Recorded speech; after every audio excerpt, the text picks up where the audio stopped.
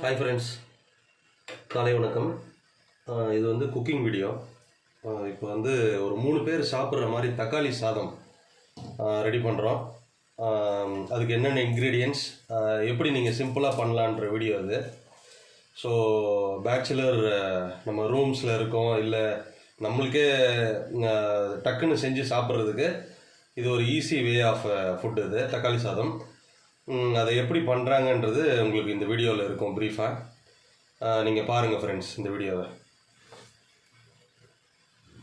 Friends, அதுக்கு தேவையான ingredients வந்து இது வந்து அன்னாச்சி பூ. ஃப்ரெண்ட்ஸ், ஒரு அன்னாச்சி பூ, கொஞ்சோண்டு சோம்பு, ஒரு அரை ஸ்பூன், ஒரு 5 கிராம்பு, ஒரு பட்டை, அப்புறம் ஒரு பிரிஞ்சி இலை, 2 ஏலக்காய், அண்ட் தென் ஒரு கொஞ்சம் கடல் பாசி ஃப்ரெண்ட்ஸ். இதை வந்து 2 ஸ்பூன் எண்ணெய் அண்ட் 1 ஸ்பூன் நெய், இதில் நீங்கள் கொஞ்சம் அதை ஃப்ரை பண்ணிக்கோங்க.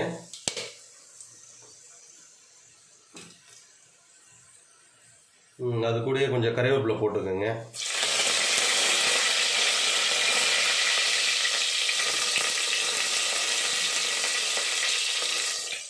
ஃப்ரெண்ட்ஸ், ஒரு 2 மினிட்ஸ் அதை கொஞ்சம் நெய்லையும் எண்ணெயிலையும் வதக்குனதுக்கப்புறம் ஆனியன் போட்டுக்கோங்க ஃப்ரெண்ட்ஸ். ஒரு 2 வெங்காயம், பெரிய வெங்காயமாக இருந்தால் 2, இல்லைனா 3 எடுத்துக்கோங்க. அது கூடவே ஒரு காரத்துக்கு ஏற்ற மாதிரி 2 பச்சை மிளகாய் இல்லை 3 பச்சை மிளகாய் போட்டுக்கோங்க. 2 வெட்டி நல்லா வதக்கிக்கோங்க ஃப்ரெண்ட்ஸ். வெங்காயம் வந்து நல்லா ப்ரௌன் ஆகிற அளவுக்கு வதக்கிக்கோங்க.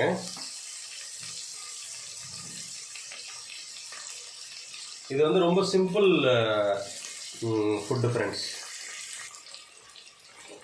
இந்த வெங்காயம் வந்து கொஞ்சம் ப்ரௌனிஷ் ஆகிற வரைக்கும் வதக்குங்க. லோ ஃப்ளேமில் வச்சுக்கோங்க, இல்லை மீடியம் ஃப்ளேம் வைங்க. இஞ்சி பூண்டு பேஸ்ட்டு வந்து ஒரு 1 ஸ்பூன் ஆட் பண்ணிக்கோங்க. இது வந்து இன்ஸ்டன்ட் பேஸ்ட். இது உங்களுக்கு வேணுனாலும் நீங்கள் இஞ்சி பூண்டை வந்து 1 ஸ்பூன் வர மாதிரி, ஒரு ½ கட்டு இஞ்சி, ஒரு 6-7 பல் பூண்டு, அதை அரைச்சிங்கன்னா 1 ஸ்பூன் வரும். அதை நீங்கள் போட்டு வதக்கிக்கோங்க. இது வந்து சிம்பிள் டிஷ் ஃப்ரெண்ட்ஸ். ஏன்னா வந்து ஈஸியாக செஞ்சு நீங்கள் டக்குன்னு நீங்கள் தக்காளி சாதம் வந்து சாப்பிட்லாம். ஸோ ரைஸ் வந்து பாஸ்மதி ரைஸ் எடுத்துருக்கோம். அது பாஸ்மதி ஆர் பிரியாணி ரைஸ் இது. ஸோ இதை வந்து ஒரு 10 to 15 மினிட்ஸ் கொஞ்சம் தண்ணியில் ஊற வச்சுருங்க. ஏன்னா அப்போ தான் கொஞ்சம் இந்த அரிசி வந்து நல்லா கொஞ்சம் சாஃப்டாக இருக்கும். அது கூட வந்து அரிசி ஒட்டாமல் இருக்கிறதுக்கு கொஞ்சம் ஒரு அரை ஸ்பூன் எண்ணெய் மட்டும் விட்டுக்குங்க. அதில் ஒரு 15 மினிட்ஸ் ஊற விடுங்க. ஊற விட்டுட்டு அந்த ரைஸ் அப்புறம் ஆட் பண்ணுவோம். இந்த ரைஸ் வந்து 2 கப்பு ரைஸ் எடுத்துருக்கு. அதுக்கு வந்து 4 கப்ஸ் ஆஃப் வாட்டர் அதில் ஆட் பண்ணுங்கள்.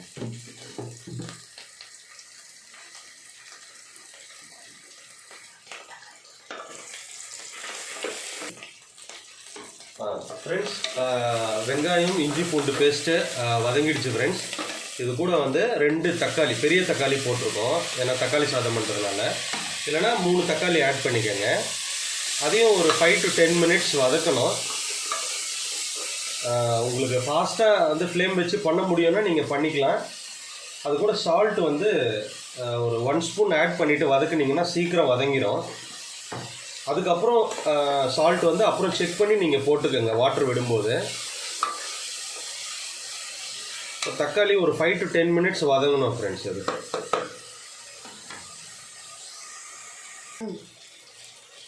ஃப்ரெண்ட்ஸ், இப்போ அந்த தக்காளி போட்டுட்டு வதங்கிடுச்சு ஃப்ரெண்ட்ஸ். இது கூட வந்து கரம் மசாலா 1 ஸ்பூன், அப்புறம் சில்லி பவுடர், வெறும் சில்லி பவுடர் அது வந்து ஒரு ½ ஸ்பூன் to 3/4 ஸ்பூன் போட்டுக்குங்க. பிரியாணி மசாலா ஃப்ரெண்ட்ஸ் ஒரு 2 teaspoon, and then Kashmiri chilli ஒரு 1½ ஸ்பூன். இப்போ பிரியாணி மசாலா இதில் எதுக்கு ஆட் பண்ணுறேன்னா, இது வந்து டேஸ்ட் பர்பஸ்க்காக தான். டிஃப்ரெண்ட்டாக ட்ரை பண்ணுறோம். உங்களுக்கு எப்படி தேவையோ அது கொஞ்சம் ஆட் பண்ணிக்கோங்க. ஸோ நம்ம எப்படி இந்த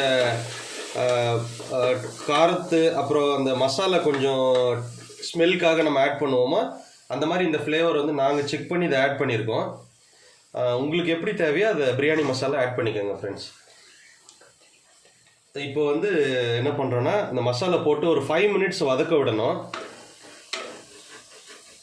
ஏன்னா அந்த மசாலா கொஞ்சம் வதங்கணும். வதங்கினதுக்கப்புறம் ஃப்ரெண்ட்ஸ் இப்போ மசாலா வதங்கிடுச்சு. இப்போ என்ன பண்ணுறோன்னா அந்த மசாலா தெரியுதுங்களா உங்களுக்கு? அந்த மசாலா வந்து கொஞ்சம் எண்ணெய் பிரிஞ்சு வரணும். அது வந்த உடனே இப்போ வாட்டர் ஆட் பண்ணுறோம் ஃப்ரெண்ட்ஸ். இது வந்து 2 கப் அரிசிக்கு 4 கப்பு வாட்டர் விடுறோம்.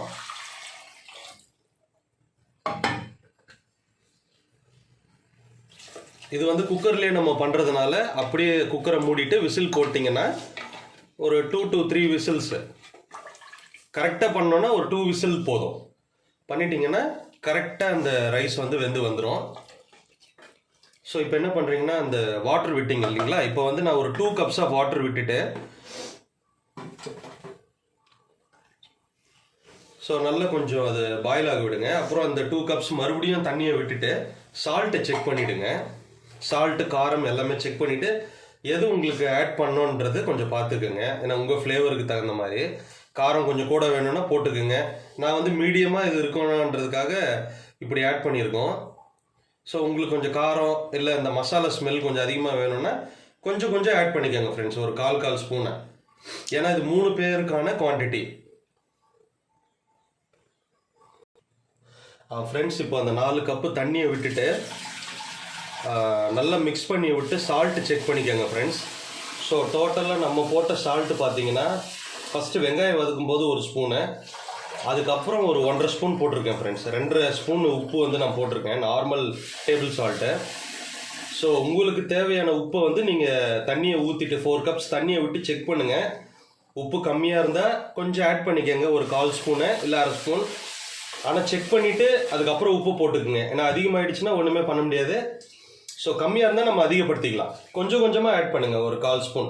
ஏன்னா நியூவாக யாருன்னா கற்றுக்குறீங்கன்னா ஸோ இப்படி கொஞ்சமாக நீங்கள் சால்ட்டு கொஞ்சம் போட்டுட்டு, ஏன்னா சால்ட்டு மெயினு.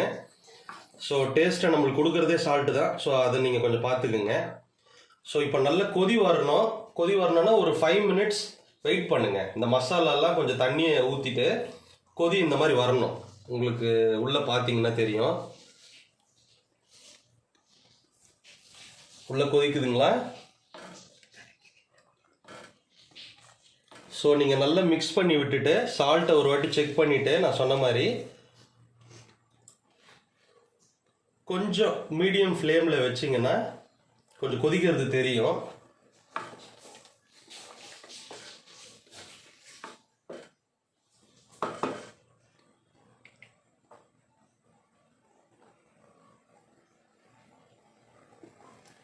ஃப்ரெண்ட்ஸ் இப்போ வந்து ரைஸை ஆட் பண்ணிடலாம். நான் சொன்ன மாதிரி basmati rice or biryani rice எடுத்துக்கோங்க.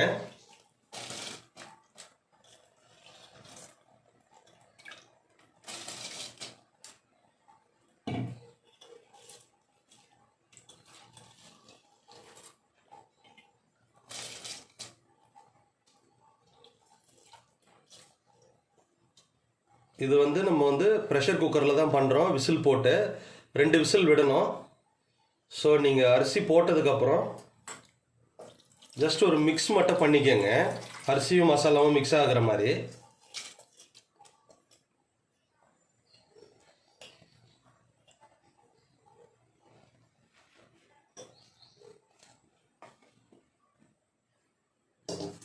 ஒரு வாட்டி லைட்டாக மிக்ஸ் பண்ணி விட்டுக்கோங்க. இந்த மாதிரி வுட்டு கரண்டி இருந்தால் ரொம்ப நல்லது. ஏன்னா வந்து அரிசி கொஞ்சம் உடையாமல் வரும்.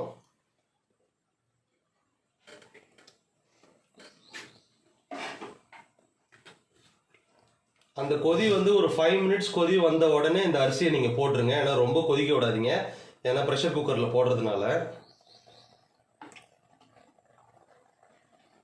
ஸோ இப்போ என்ன பண்ணுறோன்னா ப்ரெஷர் குக்கரோட டாப் மூடிட்டு விசில் போட்டு விடுறோம். இது 2 விசிலுக்காக வெயிட்டிங்.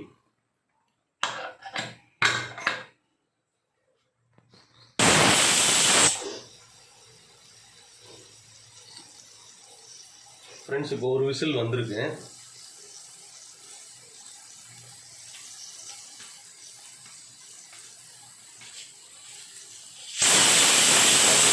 விசில் வந்துருச்சு. கேஸ் ஆஃப் பண்ணிடுறோம். ஆஃப் பண்ணிவிட்டு அந்த குக்கரில் இருக்கிற ப்ரெஷர் கம்மியாகிற வரைக்கும் it will take 10 to 15 minutes ஆகும் ஃப்ரெண்ட்ஸ். அது நீங்கள் அப்படியும் அர்ஜென்ட்டில் ஓப்பன் பண்ணாதீங்க. மேலே இருக்கிற விசிலை லைட்டாக தூக்கி பாருங்கள். அந்த ப்ரெஷர் கம்மியாக இருக்கா இல்லையான்னு தெரியும் உங்களுக்கு. சுத்தமாக ப்ரெஷர் இருக்கக்கூடாது. ஏன்னா சேஃப்டி பர்பஸ்க்காக தான் சொல்கிறேன். புதுசாக யாருன்னா பண்ணுறவங்க சேஃப்டியும் நீங்கள் பார்த்துக்குங்க. அந்த ப்ரெஷர் இருக்கான்றது அந்த விசிலை தூக்கி பார்த்தா தெரியும். ஒன்றுமே பிளாங்காக இருக்கும், எந்த ப்ரெஷரும் வராது. விசில் எடுத்துகிட்டு அதுக்கப்புறம் ஓப்பன் பண்ணிங்கன்னா நம்ம தக்காளி சாதம் ரெடி ஃப்ரெண்ட்ஸ். நான் அது ஃப்ரெண்ட்ஸ் இப்போது 2 விசில் முடிஞ்சு அந்த ப்ரெஷரும் கம்மியாகிடுச்சு. ஸோ அதை எடுத்துடலாம்.